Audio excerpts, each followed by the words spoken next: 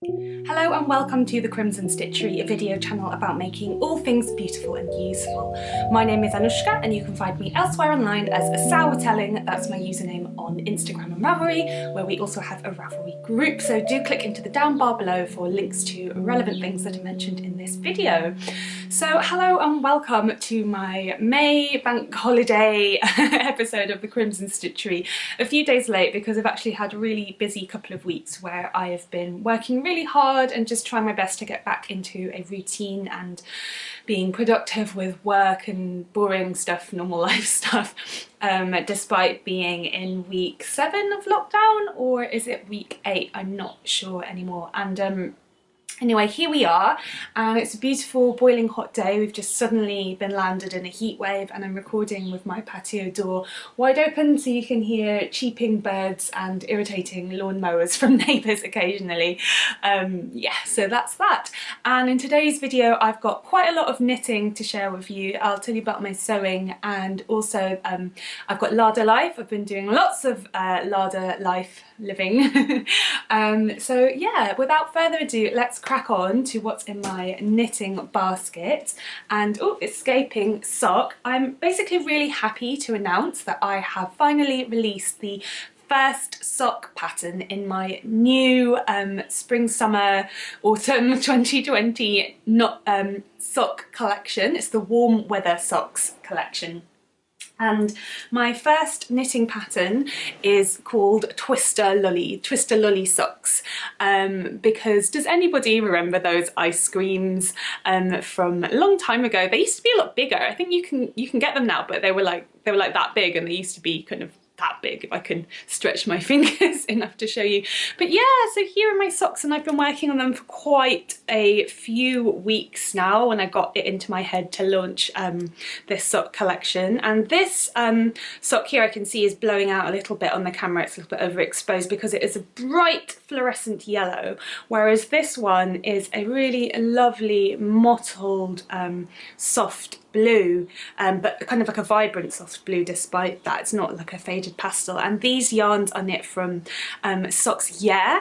And I just wanted to quickly show you that even though I've knitted two socks, obviously ankle length socks and trainer length socks, I've actually still got some leftovers. I haven't weighed these, but Socks Yeah comes in 50-gram balls, and you end up with quite a bit left over still, so I feel like that's quite a good deal. So this yellow one I knit out of only one 50-gram ball for my foot size, and then the blue took 2.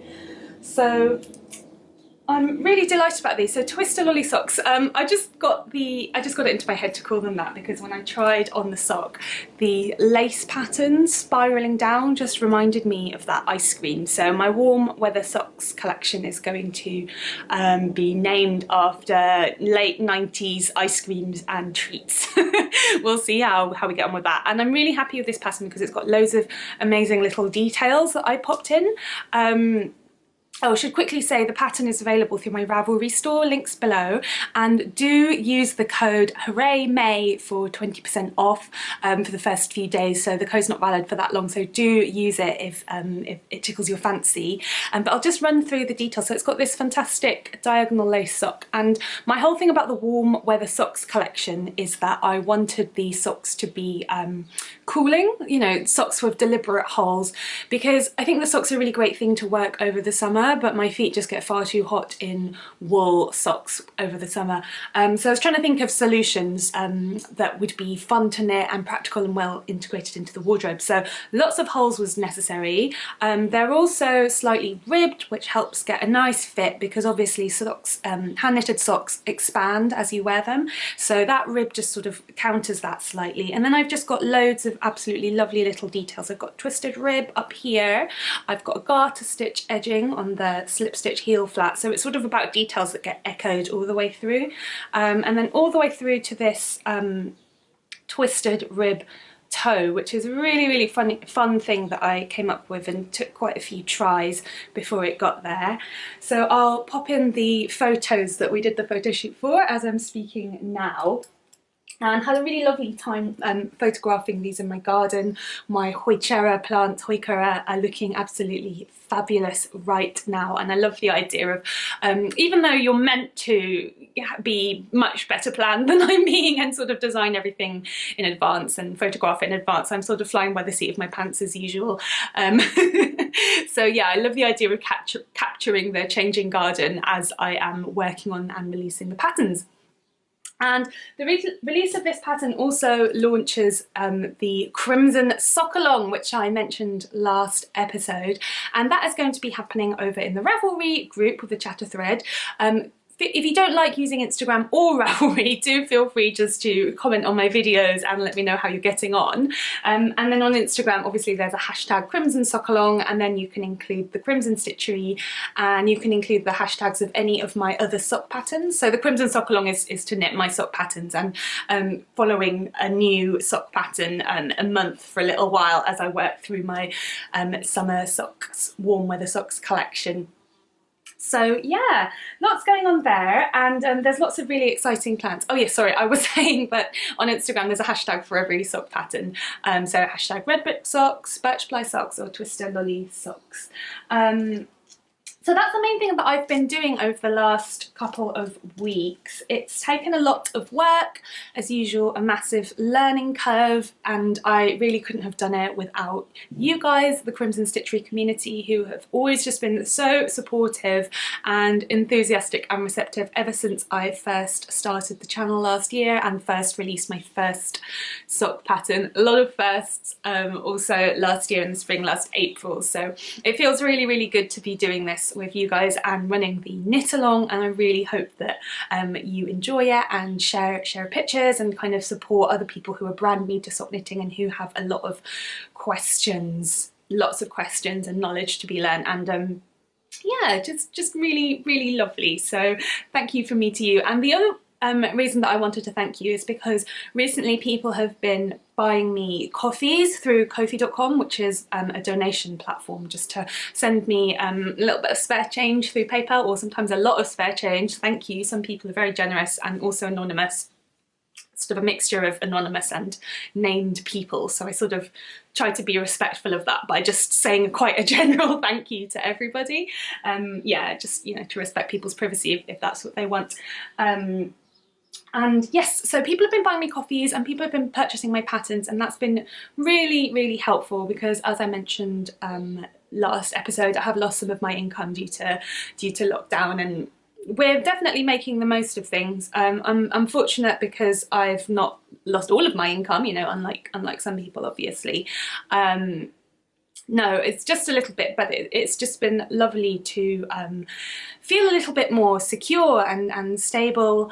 And also what I've been doing actually is then investing that coffee into knitting. So with that income, I basically managed to purchase some yarns from London yarn shops and British companies, or British hand dyers, and especially with the hand dyers, I'm just going to hold this up now, this amazing vibrant purple. You know, I have a very, very low income and always have done because I've been a postgraduate student for quite a number of years. Obviously that was a choice, but it is what it is.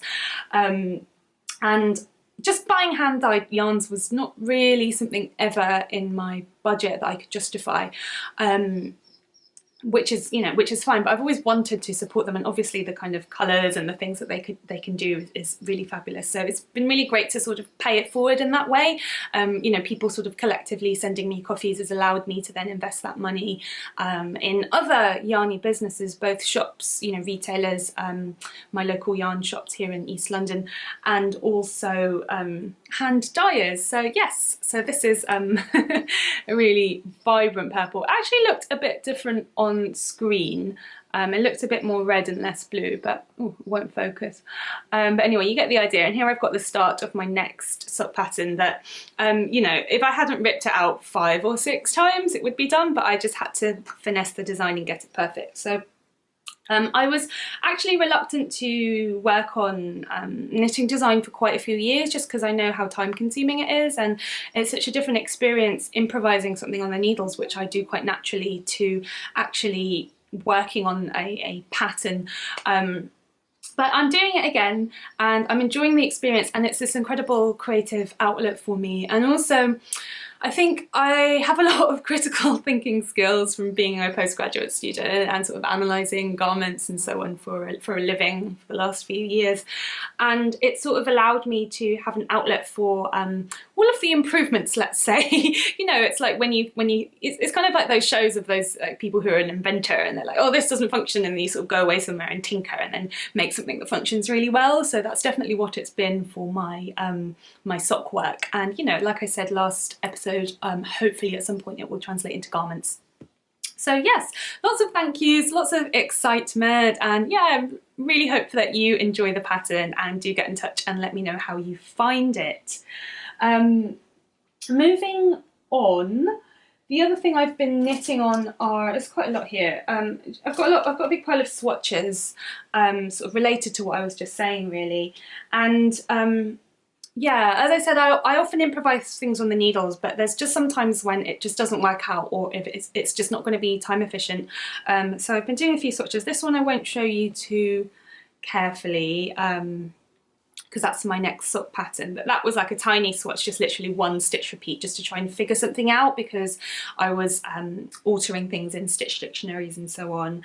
And then this one, also not going to show you because it's for a design, and sort of playing with ideas of negative space. And the reason that I'm showing you this is because in the past I've been quite a functional swatcher. I've just literally swatched to get tension or to check kind of washing and how yarns behave with time and wear and stuff, but I've never swatched in kind of this sort of experimental, exploratory way before, and it's really interesting. But obviously you come out of it and it's sort of all about ideas and thinking about things in a different way. It's not functional in the same way as this swatch is or this swatch is. So yeah, I just thought I'd share that with you, and I hope that you enjoy the way that this video channel on YouTube, but also through my Instagram and everything, it's gonna change as I do more design work, because it's going to be more about sort of behind the scenes of creativity rather than sort of finished object after finished object, just because things take so long to develop. They really do. So yeah, I hope you find that interesting. But what was I going to say? Yes, okay, so this pink swatch comes from this pink jumper, which is so nearly done. It just literally zipped away. It's not finished because I've still got some seaming to do. I've got a sleeve and oh, I've done more than I thought. Oh, I've literally just got this sleeve in to weave in the ends, which is really exciting. This is a jumper that I started a few weeks ago. It's from a vintage pattern called Quick Work with Thick Wool, and I've nicknamed it Pink Work with Thick Wool, and it really was quick work. It just flew off the needles, and I think that's very much to do with the stitch pattern that's in it, as well as I think it was 4.5mm needles, or was it 5? I put it in the swatch. 1, 2, 3, 4, 5, 5.5mm needles. So this is something that I try and do quite a lot, which is basically knit in as much information to the swatch as possible. So I'll try and put in the needle size through a code of yarn overs and pearls. Some viewers have asked me to make some video series about swatching, and I've definitely added that to my list. So I'll talk about that in the future. But yeah, just a little bit of swatching chat, which I realise is kind of weirdly controversial, and I myself don't swatch. I don't always swatch because it depends how well I know the particular yarn and the pattern. It just depends on what I'm doing basically, and if I think I know how a yarn's going to behave because I've worked with something the same or similar before, I might not always swatch. But if I'm going to be doing a garment or just anything fitted that I'm spending a long time on, then I will swatch, because it's just no point wasting time unless it's something that is very, very loose. Anyway, more swatching talk. So yes, this was knitted in pieces like a lot of vintage patterns, and I added a few short rows just behind the neck here, and then I put it on hold, I think, because I've been trying to prioritise and kind of work through tasks more methodically, and I knew I had to do the socks, so this got put on hold. So I'll probably have that done for next episode, and it is for my grandma, who has said that she doesn't mind waiting till her birthday in August to receive it. So yeah, and it looks really nice on me, and I'd love to make one for myself as well, but my wardrobe is actually really full, as I've mentioned. I don't have a big wardrobe or very much storage space, so we'll see, but that's lovely. And then, so that was knit from yarn that I purchased and just knit up straight away, so that was great. And then working through Stash Plus 2020, the thread has come alive again, the Ravelry chatter thread, and there's Instagram posts as well. So if you're new to the channel, Stash Plus 2020 is a year-long initiative to work through my stash and reduce it as much as possible. And a viewer commented last week and asked me if I was doing a one in, one out thing with purchases, or one in, two out, and I think I am doing something along those lines. But the main thing is that when I do make a purchase, I want it to be used pretty soon. I don't want it to hang around any longer and sit in the stash. And so I am working through, oh, where's it gone? So that's this swatch, which is a little cabled cardigan from a Susan Crawford Stitch in Time 2. So you can just see the stitch pattern there, and I'm going to be making some alterations to the pattern. And it's so yellow, and yellow is just one of those colours, right? I just never know if it's going to work. I think it is. I've caught the sun at the moment. I think it is going to work on my skin actually when it all comes together. It's definitely like a canary yellow. But it's this yarn that I purchased in Lisbon in 2017, right when I started my PhD.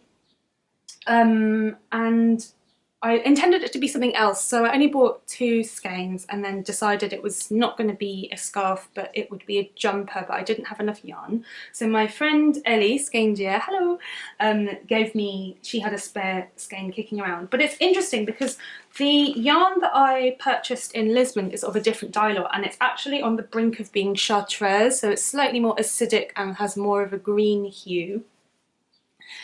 Whereas Ellie's one is a true canary yellow. I don't know how much it's showing up on camera, but there is definitely a difference. So I'm going to be using my 2 matching skeins as much as possible for the front, and then this one that's a slightly different colour I'm going to put into the back and just hope that it all ties together somehow. But I think that the chartreuse tone actually works for me better than the canary yellow, but yeah, we'll just see how that works out. And this one's on much smaller needles, so it's going to take a lot longer to do.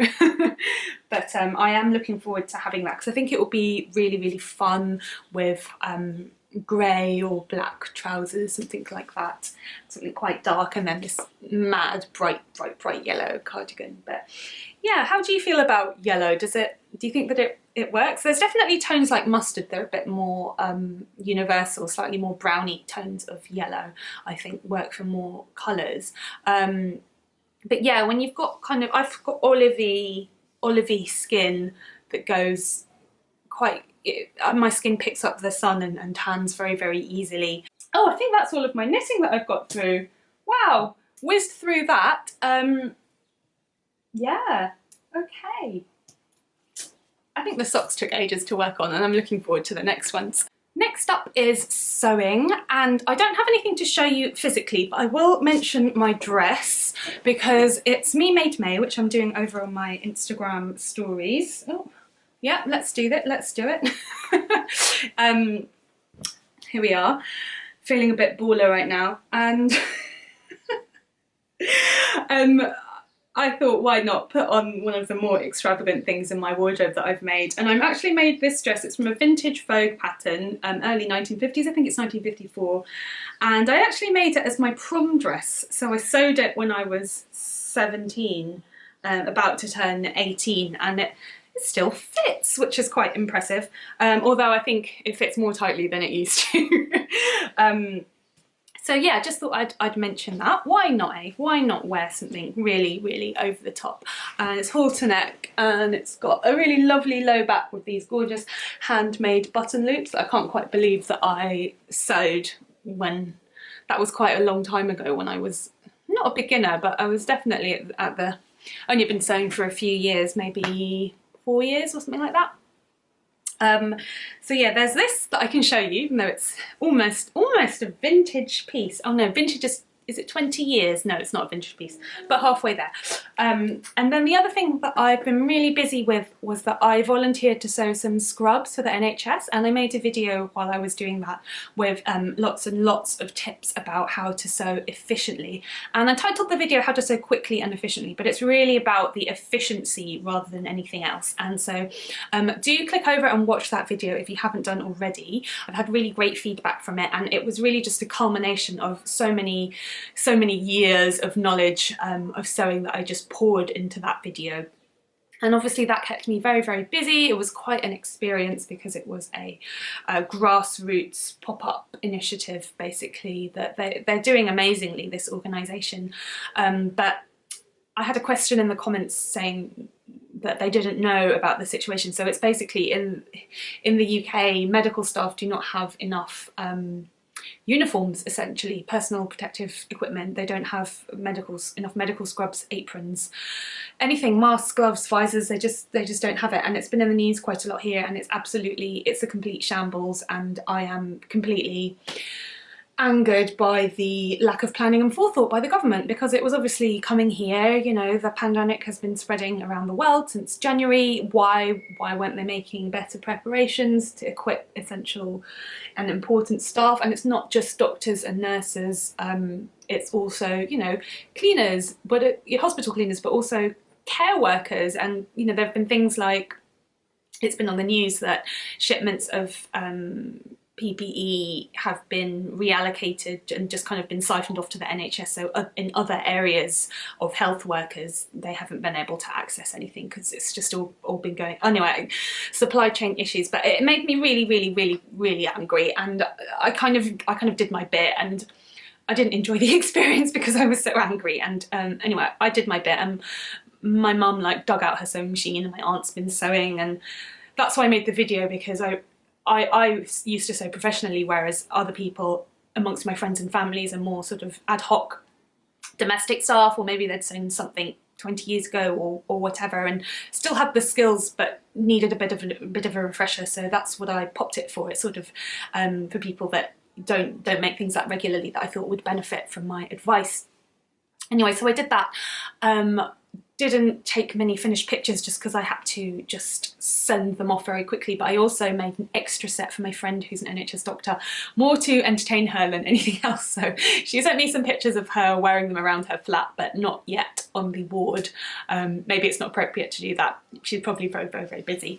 So yeah, just a few pictures there, but that took an awful long time indeed. So that's been my sewing.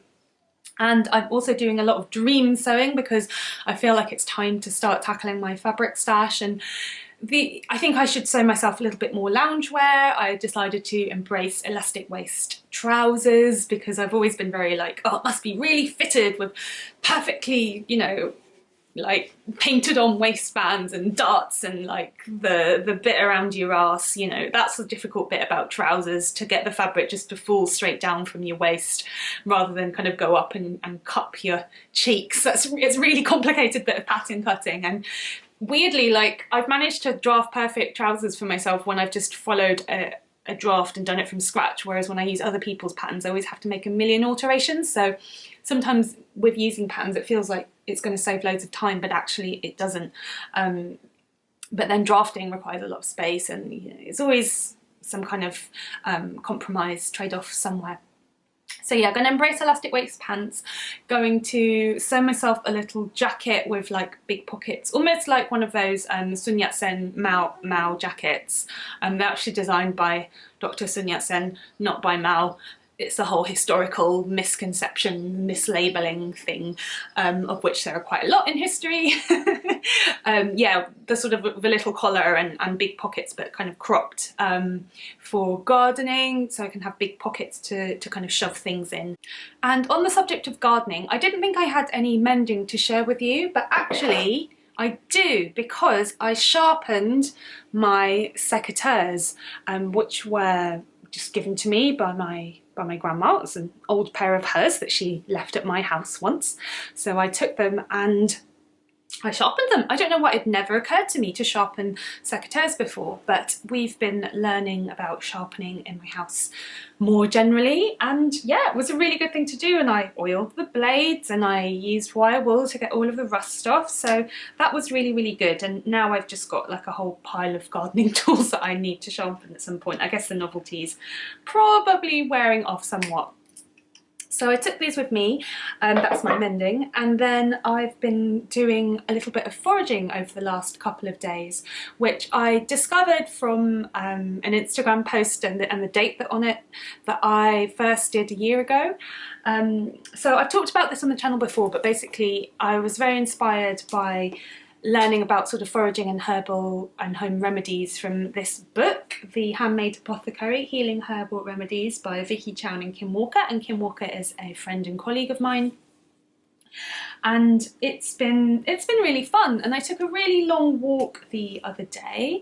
I hadn't done such a long walk in the whole of the lockdown period, but I was like, this is the day that I'm going to go for the walk.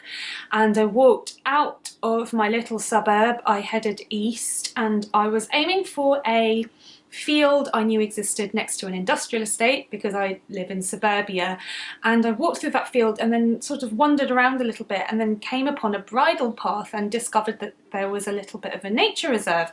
So that was really, really pleasant. And as I was doing that, I was gathering hawthorn, which here in London has been out for quite a few weeks and I didn't get a chance to collect it yet. So I managed to find, there were a few trees where it hadn't gone over yet, it was still a little bit budding.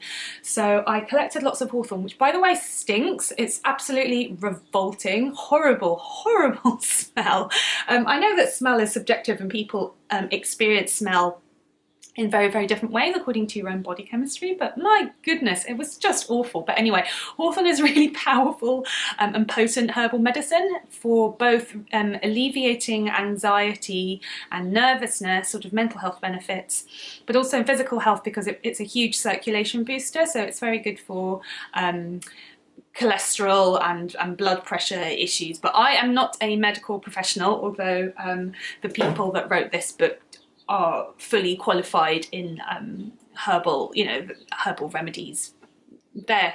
I just got it from a book. I'm not the professional, but anyway, just passing along something that I've read. So yeah, collected loads of hawthorn and I put the fresh hawthorn buds, flowers and the top leaves into some tinctures. So I've got quite a lot here. So I first put it into vodka, and then I read that the traditional way of tincturing hawthorn is in brandy. So then I put it in brandy, and I think that the brandy ones will be good for just taking on its own because brandy tastes nice. And then the vodka ones I think will be good for making blends of tinctures. So if there's some specific ailment that I need to relieve, whether it's menstrual cramps or indigestion or I don't know, what do you need to do? What do you need to sort, whatever you need to sort out, then I can blend it. Because I was getting really confused and sort of reading this book and trying to pull all of the information together in different ways. And you know, at certain points I was like, well, all of these herbs sound amazing. They're just so good for me. Maybe I should just mix them all up and just take it all for general health. So I was getting a bit confused. And then so what I've decided to do is to tincture things separately and then make specific blends. But I also want to make some balms and ointments for rashes and stings and things like that, because when I was trying to get out of the field from which I collected the hawthorn, so I got into the field fine because I just climbed over a stile, but getting out of the field there was suddenly no stiles around. So I saw a bit of broken down fence, like a chain link fence that a couple of sections had tipped down, but I had to very carefully edge my way down the edge of the field, somehow clamber through a ditch full of stinging nettles and then pick my way across lots of broken glass, so lovely, into the road. So that was something. So I came out, and obviously I'd gone out foraging in a dress. Obviously, you know, I'm a complete beginner, aren't I, like such a novice. Obviously I should have worn combat trousers, you know, something really thick sturdy fabric with big pockets. That's what I should have been wearing, and long sleeve tops and like a wide brimmed hat. I was like wearing a cotton summer dress and a beret, you know. So Such a townie, I'm such a townie. Anyway, what was I saying? Nettle stings, yeah. So I want to make a balm. And also last year when I did a workshop with Kim, but not Vicky, it was just Kim. I did this workshop where I made this hand ointment using comfrey and like eucalyptus and other essential oils, but the main ingredient was comfrey, and there was a bit of St. John's wort. And comfrey is really, really potent when taken externally. I think it's poison if you take it internally, but externally it heals wounds, basically. Do your own research. I'm not a doctor. I'm not recommending anything to you specifically. I'm just talking about, it's all anecdotal, I think. I'm trying to make all these disclaimers. But yeah, it's really, I made this kind of healing hand rub, and it was sort of like infused deep heat with herbal medicines, and it has made a massive difference. I always forget to use it, but if I do use it, you know, before bed and just spread it all around my hands, it's like a thick ointment made with beeswax and different oils and stuff, and infused herbal oils. It really does a lot for taking the pain away in my hands, because I've always carried a lot of tension in my body. I've always had a lot of pain. I have a lot of pain while I'm sewing, sitting at a desk, and so on and so forth. And you know, doing things like Alexander technique or yoga more specifically is fantastic, but you really have to force yourself to do it every day, and sort of, it's easy to forget, and sometimes you just need like the pain relief, and actually the comfrey balm worked really, really well. So what was I saying? Yes, so that was all the alcoholic tincturing, but I've also bought some organic sunflower oil just from the supermarket, and I've got some like cold pressed olive oil, and I'm going to do different herbal infused oils myself. So I think I'm going to give the hawthorn a rest, because I keep seeing it everywhere, and then I smell it and I'm like, oh no, I can't bear to get closer to it. So I think if I make some kind of balm or ointment, I can just put a few drops of the tincture in it and mix it in. But I've got elder leaves. I've actually got a little potted elder tree in my backyard. I won't plant it in the ground because it would get too big. But so that's, you know, organic and all of that kind of thing. So the elder leaf is good for a little bit of topical pain relief as well. I've got calendula, which is like antibacterial and all of that kind of stuff, and you know, just very healing herb. So this is from my front garden, and I just go out and pick a few flowers every day and add them to this vintage plastic colander from the 90s. You know, you always think that all this vintage stuff should be lovely copper and brass and all of that kind of things, but sometimes vintage is plastic, and I think we just have to accept that. Yes, so calendula, and then, so that was sort of foraged from my garden, and then the hawthorn was foraged from the fields and the nature reserve.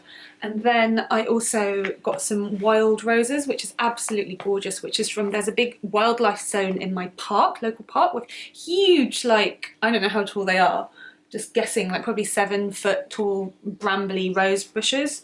So yeah, picked some of those, some open flowers and lots of buds. And again, I'm drying them out. I'll infuse some in oil, and then still got a nice scent. And then I will also, I think definitely the rose buds, I'll do it into tea, so that will be nice, just because rose tea is just really pleasant summery drink to have, and if it's got these kind of extra medicinal benefits, then that's just even better, isn't it? Yeah, so yeah, with the roses though, I mean, does anyone know, are you meant to, it's kind of hard to see, but are you meant to snip off the like bottom, I don't know, what is it, the calyx? I really am such a novice at any of this botany stuff. The bit that turns into a rose hip, you know, the hard bit, are you meant to snip that off? I would love some guidance. But yeah, I'm a complete novice, as I just said, at any of this kind of stuff. I love gardening, but it's definitely from an amateur standpoint. Although every now and then, like, my friends ask me some advice, and I've got a lot of advice to give, but they don't always want to listen to it. You know, like houseplants, you need to put them in the right light conditions and water them what they want. You can't just put them where you think it's going to look pretty. Like, that's not how plants work. Anyway, yes, so this is the first, actually this is a third year, because in the first year I picked elderflowers and I made elderflower cordial, and then in the second year I did things with like nettles and plantain and made some tinctures and tonics and the elderflower. And then this year I'm doing the elder leaf, the calendula, the rose, the hawthorn. So it's sort of like every year I find something new to learn about identifying a wild plant or a medicinal plant. So that's really great. I found in in our local allotments, just in this cardboard box at the moment, and I cut a few stalks off, and all of the lower damaged leaves that had been like a bit eaten by slugs and caterpillars, I put that in a bucket of water outside my garden because that will make really good fertiliser. And then the tops of the leaves that were in much better condition and the flower buds I'm keeping for my potions, for my ointment. So yeah, I'm really excited about that because I really wanted, after making this ointment last year, I was looking for it everywhere and I just couldn't find it. And then I just suddenly saw a massive patch of it. I was like, aha! And then the other thing I'm looking out for this year is St John's wort. Again, loads of healing properties. And I really hope I can find some this year because every time I see a yellow flower, I'm like, oh, is that it? Is that it? Is that it? And it's never it. It's like a buttercup or just something completely different. So yeah, I'm slowly giving myself some more knowledge in this area, but it's really nice to feel like a beginner. It's really nice, and just sort of accepting that I'm never gonna have to do anything professional with this. I'm never gonna have to try and make money with it and sales and, you know, or sort of sell a kind of skill, which is what has always been associated with sewing and knitting for me, you know, deliberately. But it's yeah, it's just really nice just kind of pootling around and experimenting and being an amateur and very much enjoying that pleasure of non-productivity, which is what I'm going to chat about briefly in the next conversational threads now.